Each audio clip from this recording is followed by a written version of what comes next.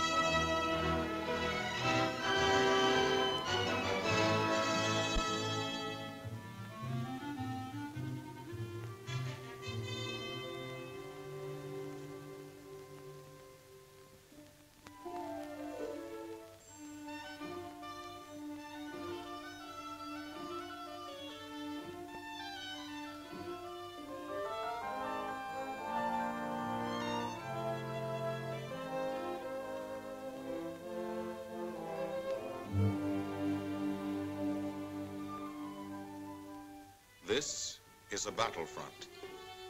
A battlefront like no other in the long history of mankind's wars. This is an air front.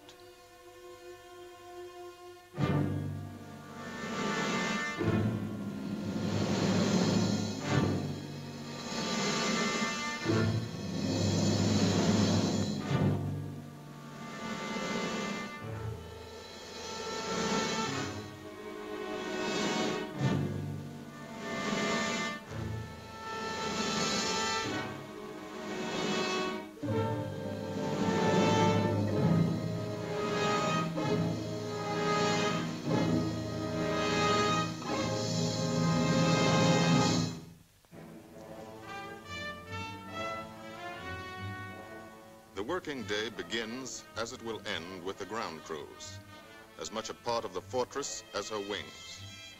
If you're a mechanic, you've got your own bomber. You get attached to it. But you know when your ship goes out on a mission, you may never see it again. So you do your work as well as it can be done, perfectly, because you wouldn't want anything to go wrong that would be your fault.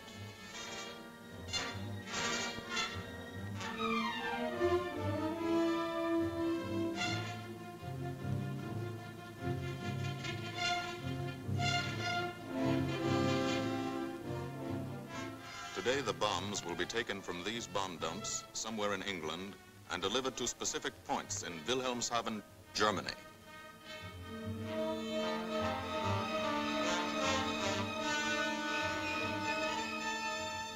To deliver them is the job of the 8th Bomber Command, just a hauling job, yet one of the most difficult and complicated of military operations.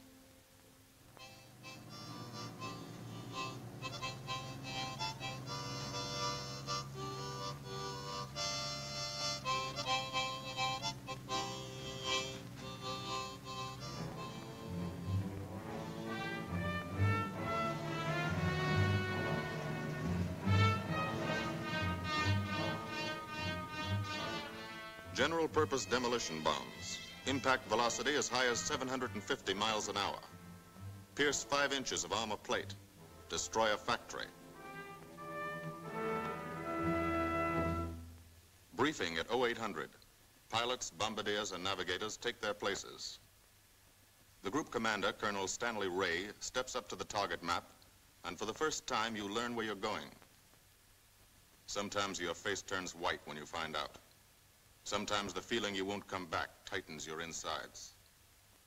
Not so long ago, you were sitting like this in a college or high school classroom, not listening too hard, perhaps even a little sleepy. But you listen here. And as you listen, you don't have time to think of yourself. Fear fades. You concentrate on the mission, type of formation, assembly point, 0 hour, route to target, weather, enemy fighters, enemy flak, route back home.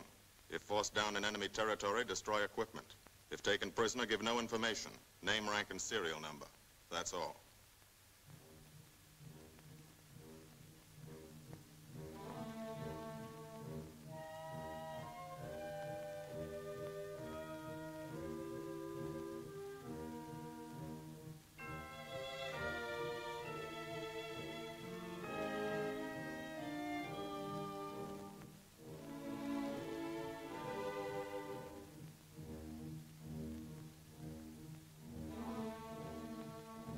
These are the passengers with one-way tickets.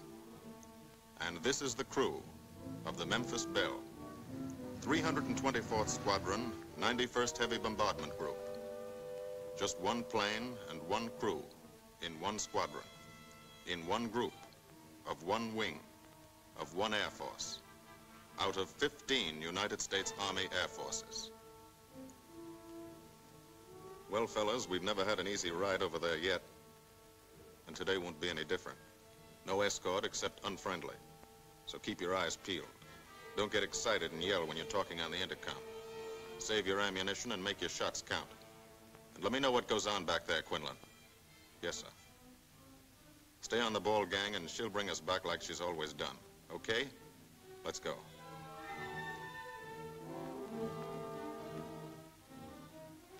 They have completed 24 missions in this, the toughest theater of air war, the big league of sky fighting. Their experience is priceless. And so, if the Memphis Belle comes back this afternoon, they will be sent to bring the vital lessons they have learned to thousands of aircrew men in training at home. Home is America.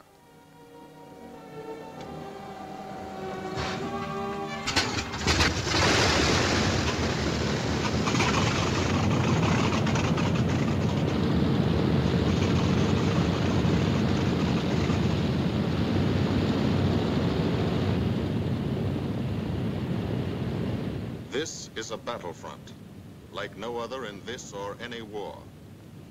No monster armies, no booming cannon. Only the roaring engine sound of the bombers pounding through the quiet English countryside. This is an air front.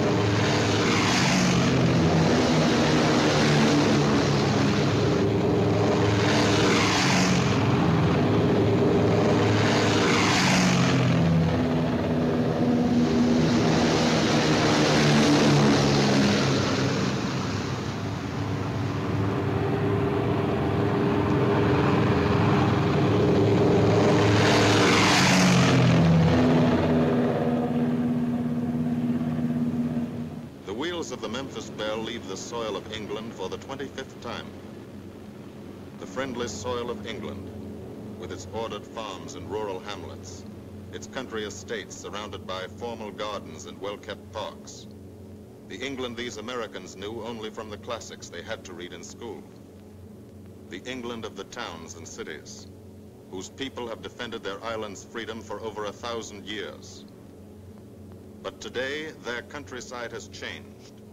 Today, their island has been converted into a gigantic bomber field, a super aircraft carrier anchored off the shores of Fortress Europe, with hangars and machine shops, with hundreds of dispersal points, perimeter tracks, and concrete runways. This is England in its 5th year of war. And this is the new battlefront, the air front, from which we seek out the enemy. Not his infantry or his artillery, not his panzer divisions, but the greater menace, the industrial heart of his nation, the foundation on which the Nazi Empire and its armies stand, the power behind the German lust for conquest. The steel mills and refineries, shipyards and submarine pens, factories and munitions plants.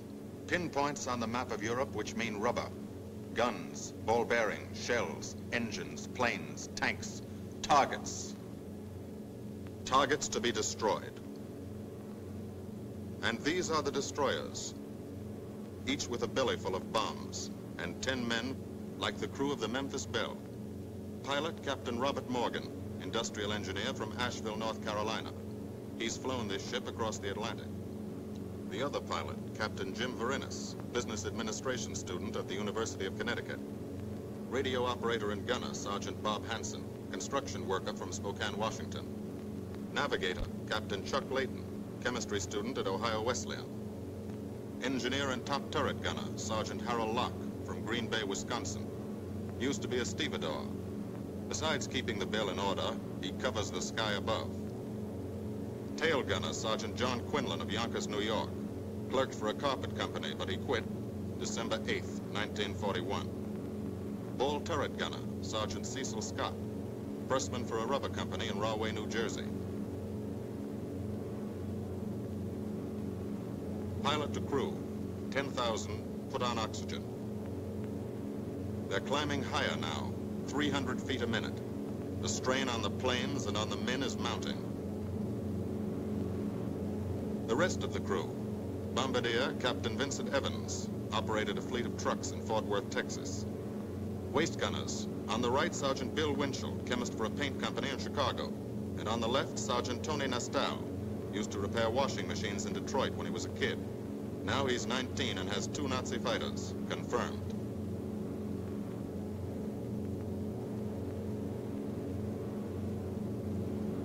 It takes all of a pilot's strength to keep a 30-ton fortress in tight formation. But the formation is the bomber's best defense against enemy fighters.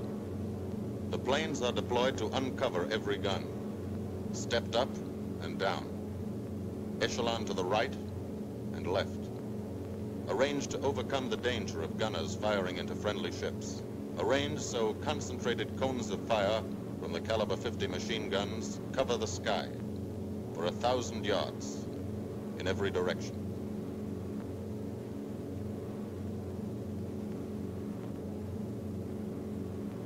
The friendly coast of England slips by below. It doesn't look like much now, but in a few hours when you come back, if you come back, this will be the most beautiful view in the world. Higher and higher, climbing to reach your best operational altitude, 25,000 feet. 5 miles straight up. So high you can't be seen from the ground with a naked eye. So high that after 1 minute without oxygen, you lose consciousness. After 20 minutes, you're dead.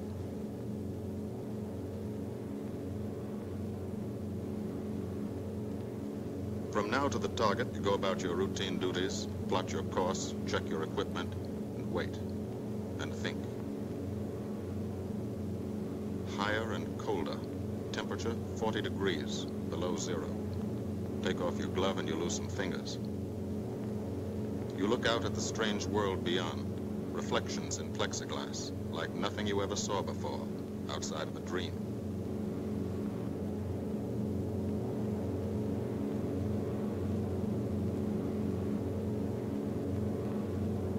Higher and higher, into the lifeless stratosphere, until the exhaust of the engines mixing with the cold, thin air condenses and streams the heavens with vapor trails.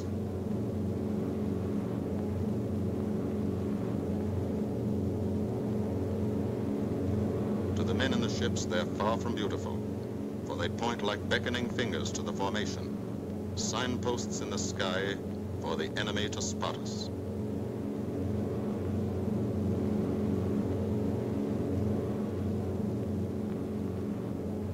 For these bombers to accomplish their mission, a plan is needed. Carefully worked out, timed to the minute. The job is to bomb Wilhelmshaven effectively and economically. The enemy is strong, skillful, determined to stop us. Here are his defenses. Airdromes, well dispersed. Each plane indicates a staffel or squadron of fighters. Heavy anti-aircraft, highly trained and accurate, all along the coast and defending his vital installations. Radar to warn him of our coming. Here is our plan to divide his defenses and weaken his opposition. At 13:30 hours, shortly after takeoff, 6 groups of planes will be heading toward the enemy coast from 6 directions. The Blue Force, 100 B-24 Liberator 4-engine bombers. The White Force, 300 B-17 Flying Fortresses. The Green Force, 300 B-17s with an escort of 6 squadrons of P-47 Thunderbolts. A force of B-26 Marauders, twin-engine medium bombers with 6 squadrons of RAF Spitfires escorting. Almost 1,000 planes and over 8,000 men in the air. The enemy alerts all his airdromes. But which is our main force? What are our targets? Where should the Nazi controllers send their fighters? It's our job to make them guess and guess wrong. A half hour later, at 1400 hours, the Blue Force will be heading east across the North Sea with the White Force following. These enemy fighters are tied down, waiting to meet them, and will not be able to attack the Green Force. These fighters must come up to attack the Green Force, and thus will be no threat to the Blue and White Forces. The B-26s and Spitfires will bomb and strafe a key rail junction, diverting these 6 Staffeln and preventing the enemy from concentrating too many fighters on the Green Force, which is scheduled to bomb an aircraft factory at Hanover. At 14:30 hours, the Blue Force will threaten this entire coastal area of northwestern Germany. Which target will it be? Flensburg? The Kiel Canal? Or will it turn suddenly and bomb Hamburg, Wegesack, or Emden? Actually, it carries no bombs at all. It's a decoy and keeps the fighters from the northern area busy while the White Force, the main effort, heads for the submarine pens of Wilhelmshaven. At 1500 hours, while the White Force is over its target, only a fraction of the available German fighter strength of the area can intercept it. Because of the Blue Force diversion and the simultaneous bombing of Hanover by the Green Force. This is the plan of battle for today, drawn up by the Combined Operations Planning Committee and approved by the Commanding General. The White Force, lead group, low squadron. We've crossed the invisible line of enemy radar. The Hun is expecting us.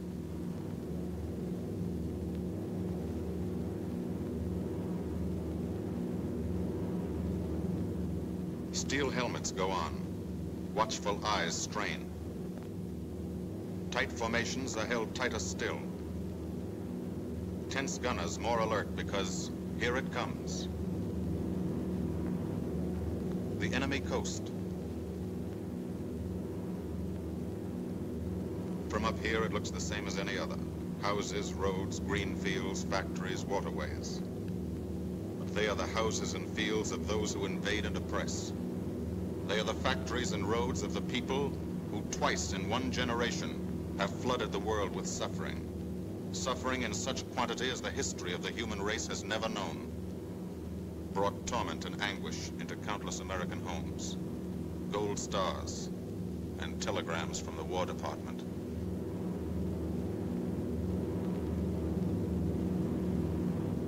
The first flak, just harmless-looking, silent puffs of smoke. Only each puff is a shell exploding, throwing shrapnel around the sky. Exactly the range, accurate flak by radio prediction. 5 miles down, Nazi anti-aircraft batteries have calculated the altitude, speed, and course. Where will the next one hit? You try not to be there.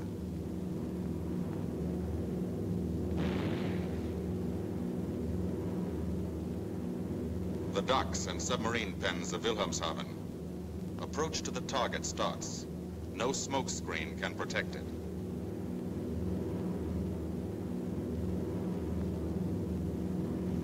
Now the enemy knows the path of your approach and walls that path with a flak barrage. But you fly right through it. Flak so thick you can get out and walk on it.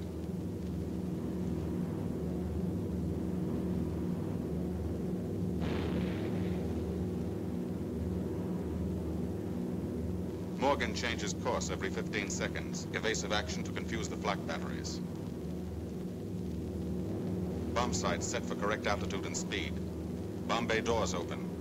The bombing run begins. Pilot to Bombardier.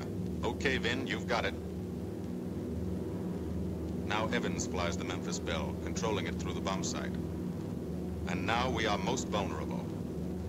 Committed to our bombing run, we can't dodge flak or fighters. Here's the first.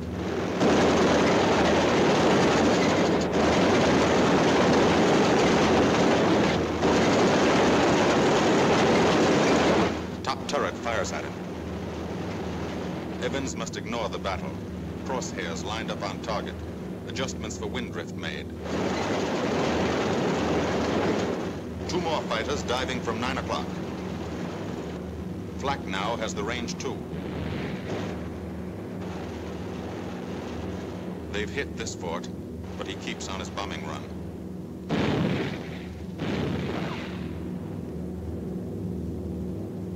As lead bombardier, Evans's aim must be good. Every other ship in the group will drop its bombs when he drops his. Now one pointer on the bomb site moves toward another stationary pointer. The instant they touch, bombs will release.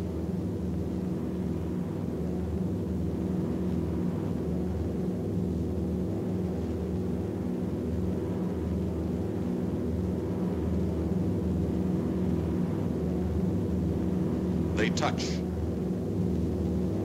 Bombs away.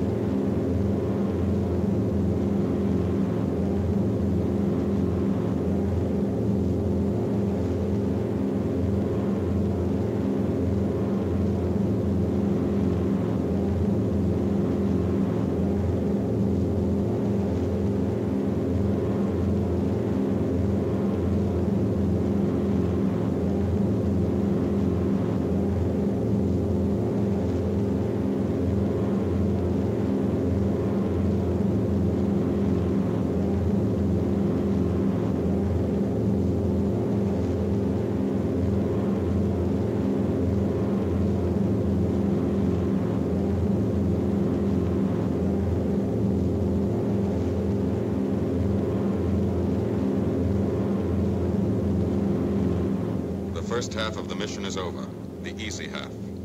Now to get home.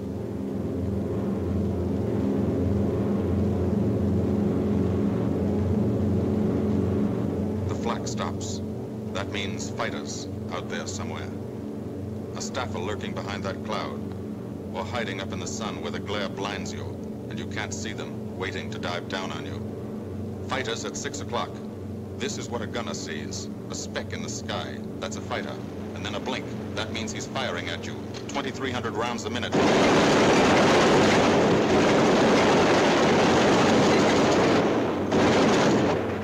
In a running battle, one of the most important instruments is the interphone. There's 4 of them. 1 o'clock high. They're coming around. Watch them.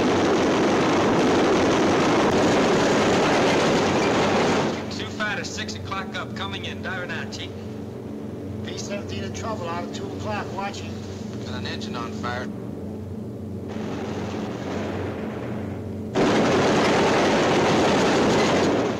There's 2 more diving through the 94th. 3 planes, 9 o'clock, coming around. Keep your eye on them, boy. Coming around at 10. Watch them, Chuck. Keep your eyes open. Yeah. They're breaking at 11, breaking at 11.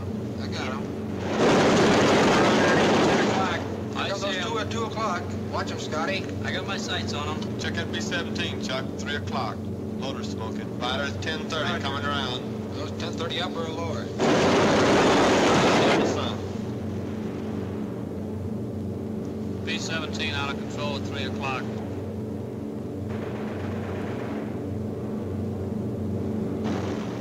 you guys, get out of that plane. Bail out. There's one. He come out of the bomb bay. Yeah, I see him. There's a tail gunner coming out. Watch out for fighters. Keep your eye on them, Bill. See any parachutes, Quinlan? 2 parachutes open, Flag Chief. at 9 o'clock. 8 men still in that B-17. Come on, Get out of there. There's 3 more chutes. Flak, 11 o'clock. Fighters, 6 ME 109 at 3 o'clock. Keep after him, Winchell. I see him. I'm on him. Come on, use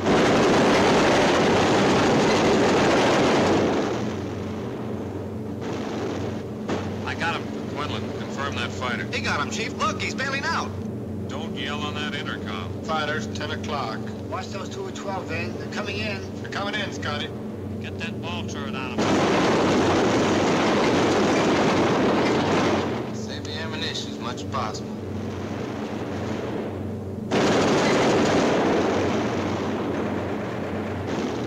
Watch that fighter coming in at 3 o'clock. He's coming in a half roll. Pull her up, Chief. Pull her up. Hurry.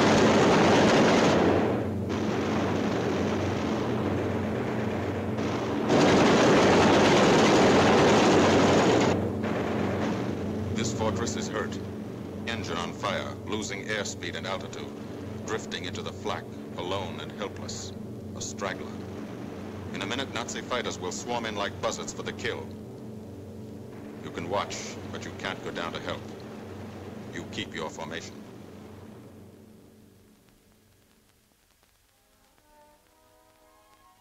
Here, too, the mission is being flown. None the less real for being in the minds and hearts of these men behind. Ask anybody who's been to a field in England, or anywhere else our bombers are based, and he'll tell you that there's drama here, too. Waiting to see who's coming back.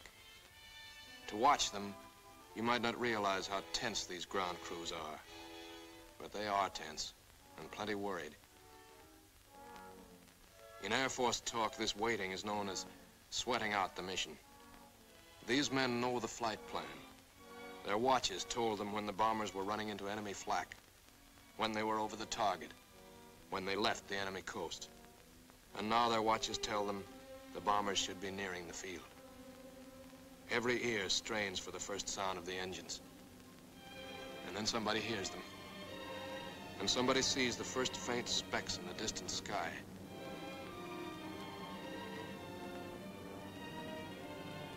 Every face turns to see and count. The watchers try to read the numbers on the ships. These planes have priority to land first. The colored flares mean wounded aboard. In the hospital window, these watching men know what that means. They know what it feels like to lie on a bouncing fortress floor for hundreds of miles through the frozen stratosphere in great pain, with the other men in your crew fighting to keep you alive until they hit the field. The field. Home. It'll be okay then, because there'll be medical care. The best, as soon as the wheels of your plane stop rolling.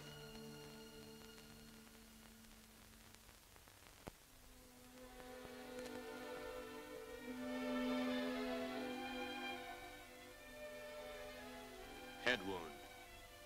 Concussion. 20mm cannon shell exploded in his radio compartment. Shock. Internal injuries. He'll be all right, though. Flak burst scattered flying shrapnel. He's full of steel splinters. This pilot's leg is not a pretty sight. Neither are the docks at Wilhelmshaven. These men will all get the Purple Heart. And this man, too, posthumously.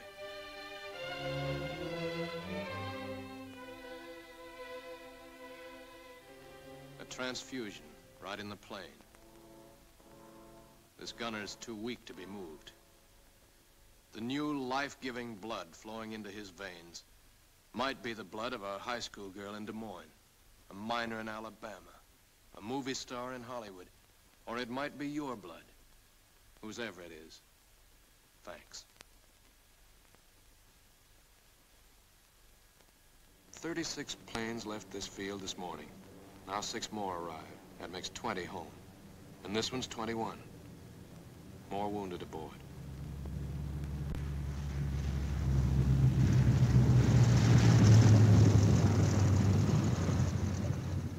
.22, coming in with his left inboard engine dead.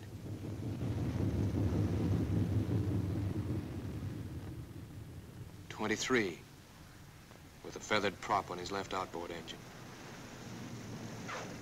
.24, Southern Comfort, with a chunk of tail gone. .25, they flew home on their luck. .26, not a scratch. The control tower learns that 2 more landed at a British field to the south. 1 a crash landing, crew safe. That makes 28. 29. A rough landing, but her pilot's badly hurt. It's a wonder he brought her back at all. 29 planes back, so far. 29 out of 36. Our losses were heavy, but the enemy's were far heavier. We destroyed a German aircraft factory, a rail junction, submarine pens, docks and harbor installations. That's specific, known damage. But who can tell the number of German torpedoes that will not be fired, the number of our convoys that will get through now, the soldiers' and seamen's lives that will be saved, or the battles that will be won instead of lost because of what these bombers and airmen did today.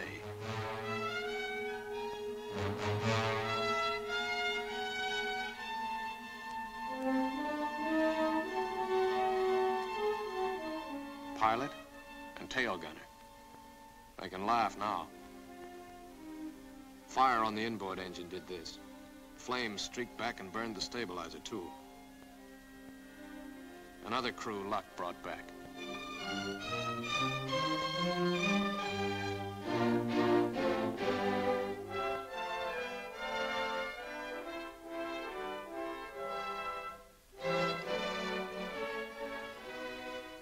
Here's old Bill.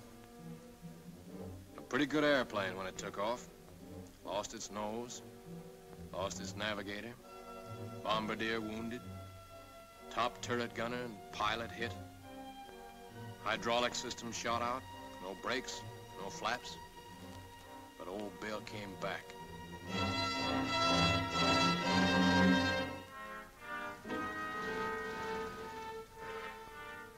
Now, among the returned crew members, talk flows like a river, talking out every detail of the mission. These are the faces of combat, faces of Americans who have watched their comrades die, faces that can never forget the enemy, and they're in no mood to have their picture taken.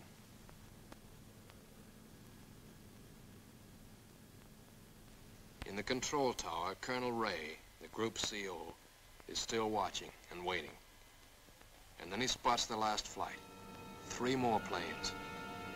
And one of them is the ship everyone has been pulling for. The Memphis Belle. The last few miles of this trip have been a joyride. The strain is over. They can leave their guns now. Now they know they're going to go home.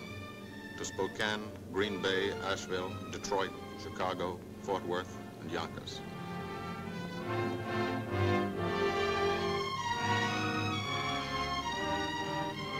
The Belle comes in for her landing, but first Morgan buzzes the field, cuts the grass with the giant fortress. It's against the rules, but this is a special occasion.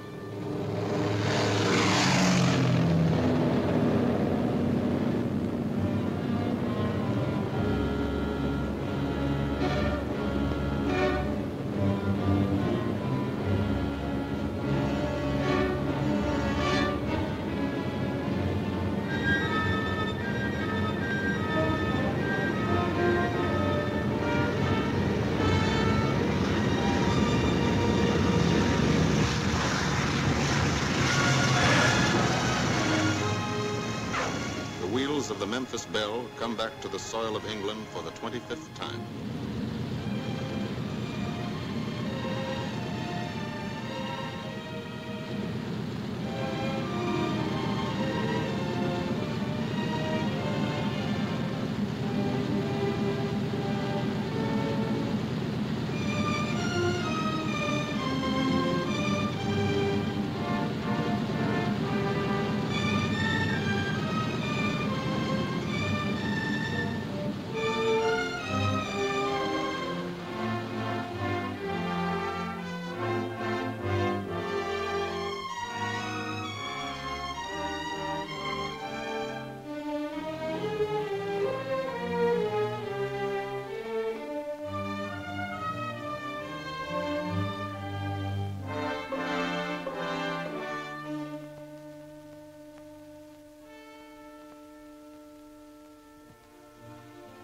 This is a day they will never forget.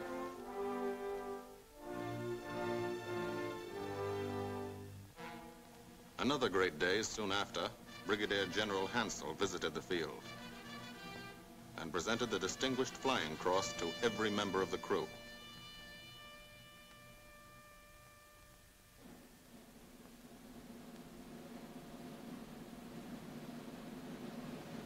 And then there was another day.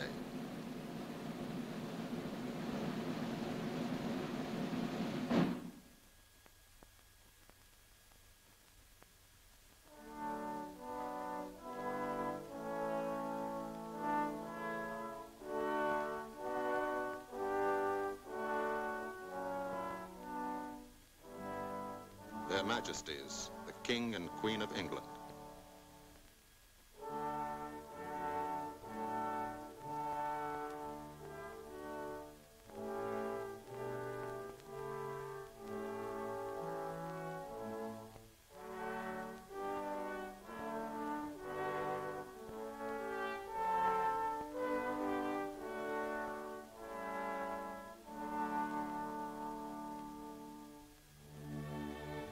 Johnny Quinlan never thought anything like this would happen to him when he left Yonkers.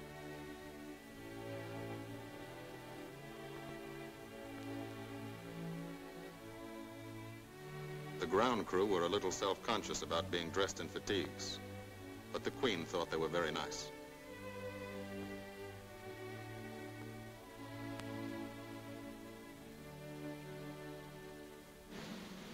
Finally, two more visitors came.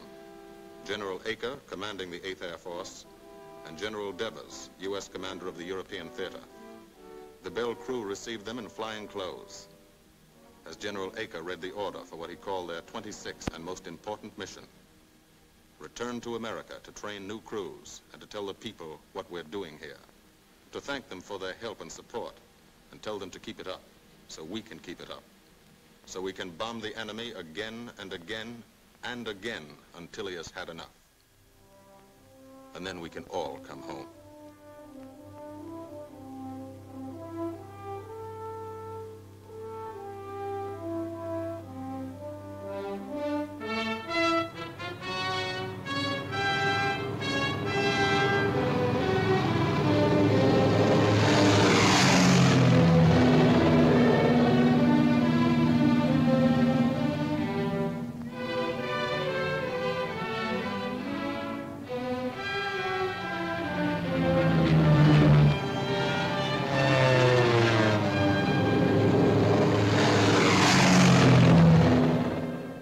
The 8th Air Force, who are now flying deep into Germany, bringing destruction to targets almost 1,000 miles from their bases.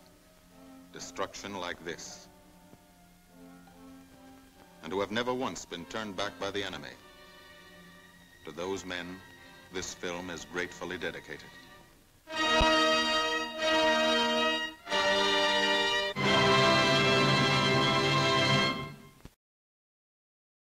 This has been a presentation of the Library of Congress. Visit us at loc.gov.